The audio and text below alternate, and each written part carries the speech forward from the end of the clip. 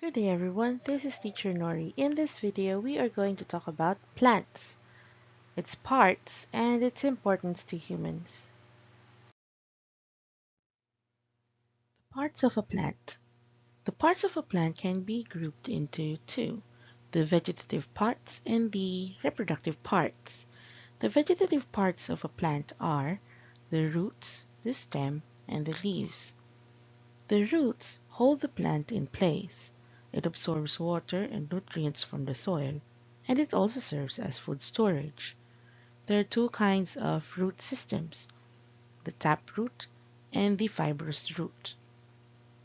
The stem is the passageway for water, nutrients, and food. It connects the roots to the rest of the plant, holds the plant upright, and also serves as food storage. There are basically two kinds of stems, the fleshy stem and the woody stem. And based on the stem that they have, plants can be grouped into four based on the size and structure of the stem.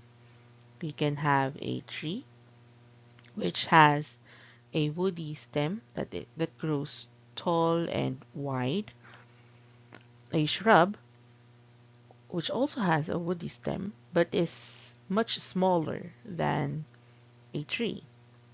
And then we have a vine which grows first as a fleshy stem and then turns into a kind of a woody stem, but it's thin and it climbs on the on trellises, or it grows low, and the stem is soft, so it doesn't grow tall. And then the last one is the herbaceous, which is a which has a fleshy stem, and it doesn't grow that tall except for banana trees, which has a fleshy stem, and papaya. And then we have the last vegetative part, which is the leaves, which makes the food for the plant.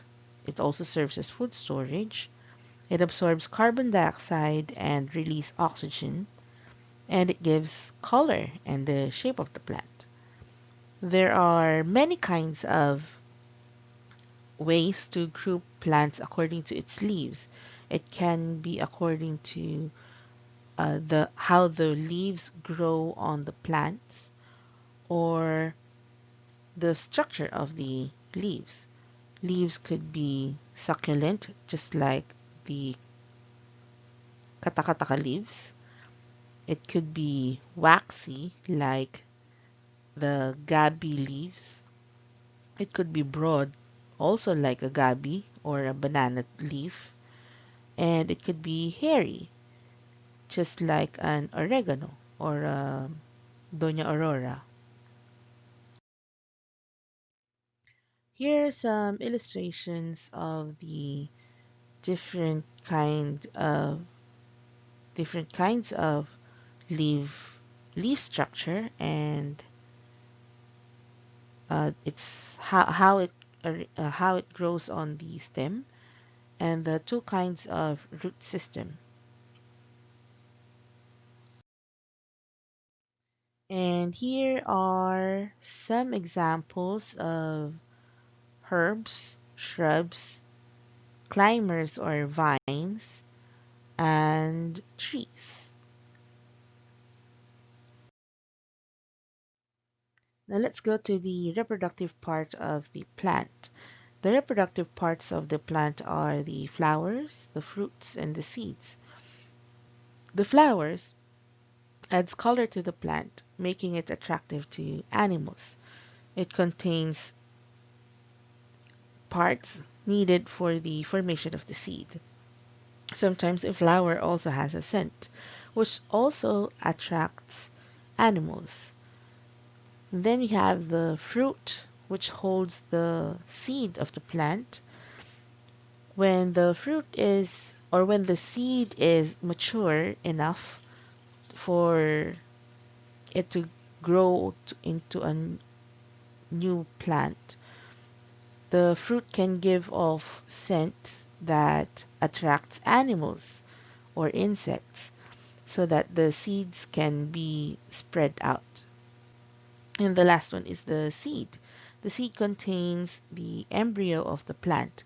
It also serves as the first nutrients of the plant. And it can grow into a new plant if the conditions are good for the plant. Here are some examples of flowers with their names and some examples of fruits. You can see here that there are many different ways in which a plant can hold the seed in. Some plants only have one seed, some have many seeds, others have the seeds outside there on the skin of the fruit, while most of them are inside the fruit. The coconut is a kind of a seed that you cannot actually see a seed because the whole fruit of the coconut is the seed. And here are some examples of seeds. We have small seeds like the poppy and the sesame seeds, while there are larger seeds like the Brazil nut, the hazelnut, pistachios.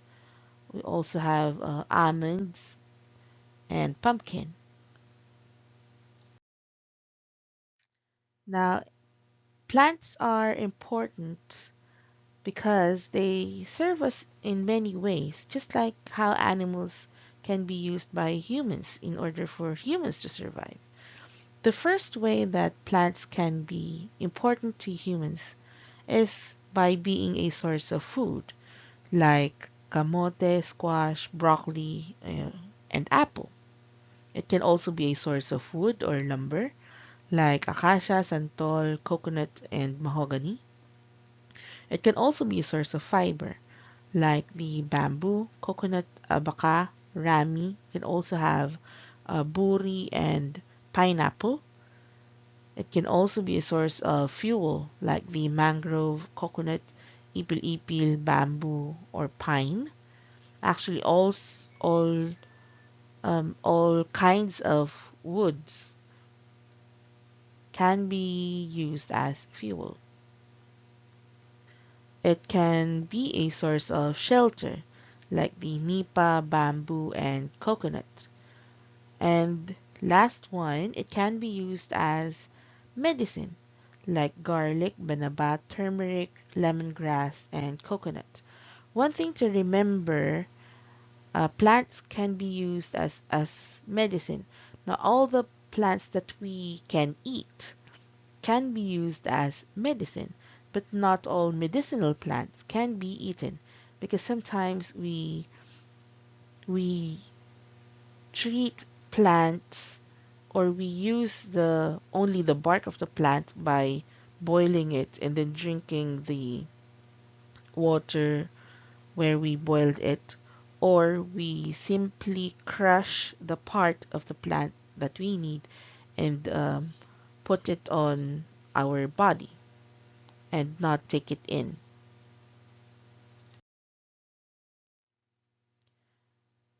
And that is today's lesson. Thank you for watching. Until next time.